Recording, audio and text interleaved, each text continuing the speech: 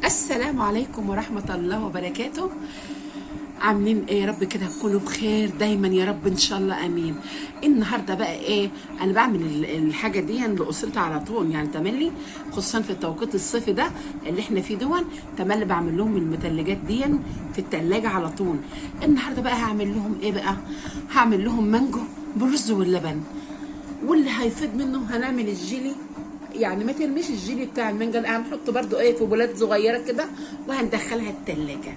هنمشي مع بعض على شرح الفيديو خطوه خطوه، وهنعرف هنعمل احلى رز ولبن بالمانجو وبالجيلي عليهم. يلا بينا يلا بينا. بس قبل ما نروح هنعمل ايه بقى؟ عايزه لايك، عايزه اشتراك، عايزه تفعيل الجرس. يلا يلا بينا. ورحمة الله وبركاته. النهارده انا عندي لترين لبن او لترين حليب، حليب جاموسي، يعني حليب دسم. شايفين الوش عامل عليه ازاي؟ انا مقربه الكاميرا.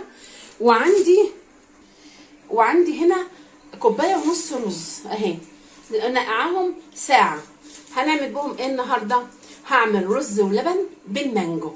يعني المانجو دون بيبقى انا بعمله كتير جدا في البيت، بس انا قلت النهارده ايه هصوره معاكم. اول حاجه بقى هنغسل بقى، احنا كنا غسلنا الرز هنصفيه وهنحطه على اللبن. طبعا كده حطينا الرز اهو على الحليب، ما لسه ما حطيتش انا ايه السكر. وهنا طبعا محضره برده ايه الجيلي، هنشوف هنعمل فيه ايه بالنهايه. جيلي المانجو، وطبعا خرطنا المانجو وعملتها في التلاجة، طلعها دلوقتي.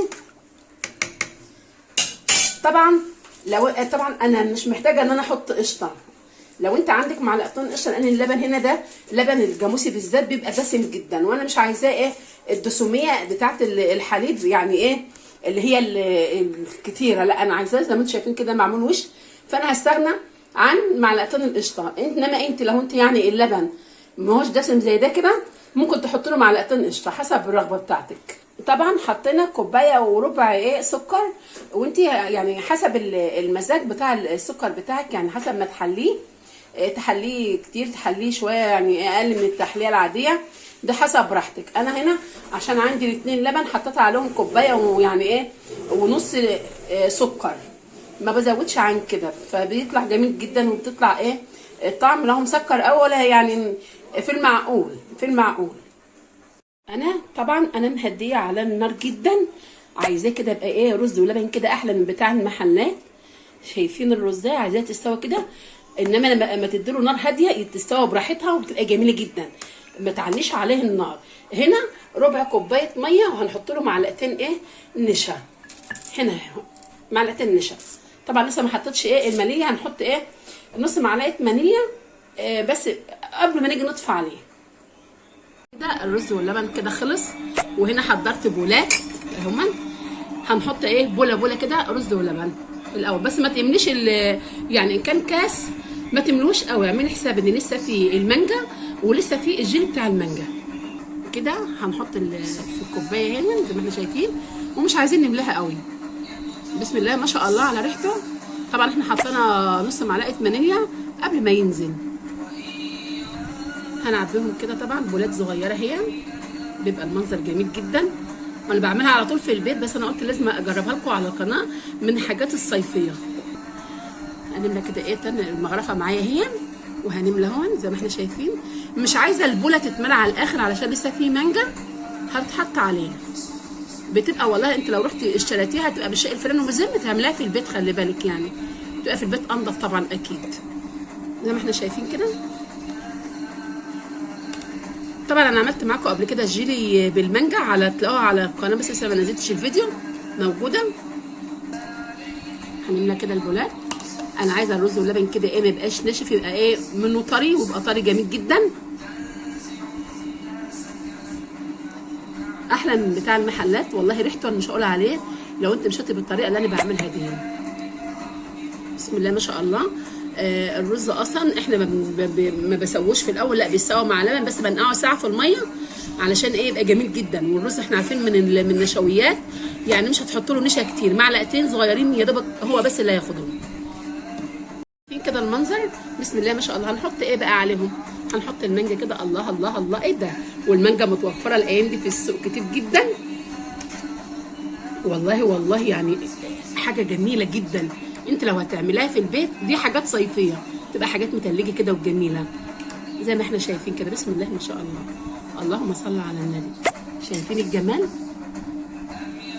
والمانجا الايام دي يعني ايه، ده الموسم بتاعها، يعني هتعمليها. وحتى لو متخزنه عندكم قطعها، تقطعها وتطلعها برضه تعمليها، يعني بتبقى جميله. انا على طول بصراحه بعملها لاسرتي كده على طول وبفرحها بيهم. بس انا قلت ايه اصورها معاكم المره دي كده على الجمال بتاعها.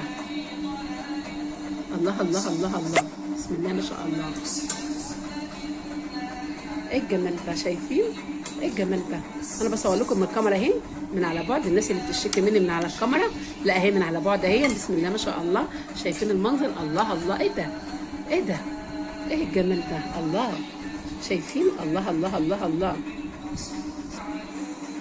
الله الله الله الله، بسم الله ما شاء الله. شايفين اخده الكميه قد ايه؟ بسم الله ما شاء الله، اللهم صل على النبي. طبعا هنعمل الخطوه الاخيره. انا عندي هنا كوبايتين ميه سخنين، حابه تحط معلقه سكر حسب الرغبه بتاعتك، وعن 3 اكياس جيلي مانجو هنحط عليها زي ما احنا شايفين كده. بسم الله ما شاء الله، بسم الله ما شاء الله على ريحه المانجا الجيلي جميله. الله الله الله الله. ليه بقى 3 اكياس؟ انا ايه يعني خليت كده شويه مانجا كده على جنب متقطعين، وبرده هعمل لهم جيلي بالمانجا، رغم ان انا عامله الفيديو ده كامل بس لسه ما نزلتوش، ان شاء الله هنزله لكم قريب.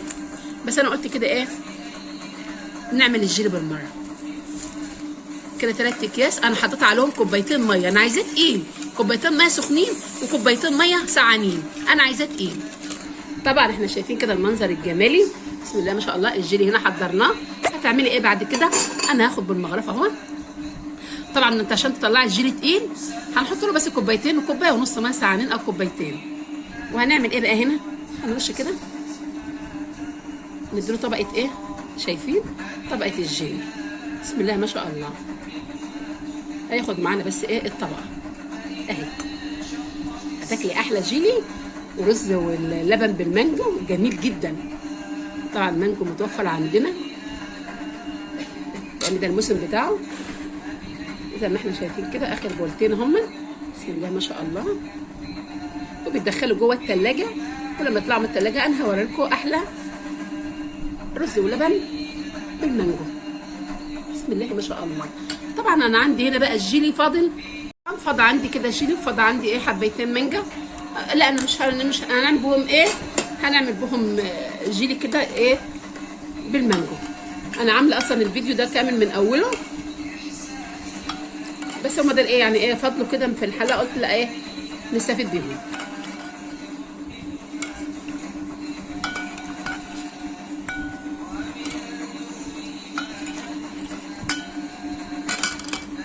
طبعا كده على استعداد دخول التلاجة. بسم الله ما شاء الله، اللهم صل على النبي. هنا فضل 3 بولات عملتهم جيلي بحبيتين مانجا كده، كانوا عندي فاضلين من الرز واللبن. بس هو الفيديو ده النهارده بنتكلم على الخطوه بتاعه الرز واللبن. طبعا شايفين المنظر عامل ازاي. اما يدخل بقى التلاجة كده يقعدوا بتاع 3 ساعات، وتطلعي بقى ايه ممكن تتعشي منه، تفطري منه، تحالي. بيبقى اخر يعني والله العظيم الطبق ده بيبقى فيه القيمه الغذائيه كلها، يعني كل القيمه الغذائيه في طبق الرز واللبن ده. يلا هندخله التلاجة، وبعد ما يطلع هوريكم احلى مانجو بالرز واللبن. يلا. وكده يا حبايب قلبي اكون خلصت. الله الله الله الله. ليه بقى محدش قال لي ليه انت حاطه طبقه الجيلي من على الوش كده؟ شايفين؟ اللهم صل على النبي. بس زيدوا النبي صلى عليه، نزيد النبي نصلي عليه. شايفين الكوبايه عامله ازاي؟ بسم الله ما شاء الله، اللهم صل على النبي. زيدوا النبي صلى عليه. ليه بقى حطيت انا الجيلي من على الوش كده؟ حكم دي برضو لها نظريه في ايه بقى. الجيلي ده لما بيتحط من على الوش، اول حاجه بيخلي الرز واللبن يعيش في التلاجة، وبيخليه ما بينشفش، ما بياخدش وش ناشف ابدا، لان الجيلي بيحميه.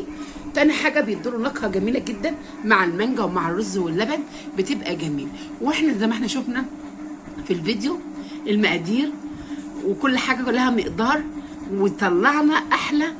يعني انا مش عارفه اوصف لكم، انا جربته قبل كده لان انا عملته كتير في البيت جدا. شايفين؟ اللهم صل على الله الله الله الله الله الله. ايه ده ايه الجمال ده؟ ايه الحلاوه دي؟ بسم الله ما شاء الله. نزيد النبي صلى عليه، اللهم صل على النبي. شايفين؟ والله العظيم احلى من 1000 محل. بسم الله ما شاء الله، اللهم صل على النبي. يعني ونطلع معايا كميه، لان انا عامله باتنين لبن، مطلعين معايا كميه يعني حلوه جدا. واللي برضو عملت معاهم 3 جيلي كده في البولات. بسم الله ما شاء الله. بس شايفين الجمال؟ شايفين الرز واللبن؟ يعني في معلومه عايزه اقولها لكم. لما نيجي نعمل الرز واللبن ده، يعني ما تعليش عليه، لا، هنوطي عليه يعني النار جدا، الشعله هنوطي عليها الشعله، ما نعليهاش، لان بياخد بقى كل ما توطي زي الرز كده، لما بتيجي توطي عليه بيبقى ملدن وجميل جدا وحلو. انما لو علتيه يعني هيطف ومش هيبقى كويس. لا، احنا عايزين نبقى نوطي عليه. غير كده يعني حاجاتها كلها اقتصاديه والله، مش هتغرمك. يعني اللبن بيبقى في البيت، اللبن في البيت، والسكر في البيت، والنشا موجود عندنا. اكيد انت بتعملي حلويات يا ست الكل يا غاليه، والحاجات دي بتبقى كلها متوفره. واقول لكم ايه بقى، طولت عليكم الفيديو، اقول لكم ايه، يلا بينا، وان شاء الله كده اشوفكم في فيديو اخر من مطبخنا الشعبي. والسلام عليكم ورحمه الله وبركاته.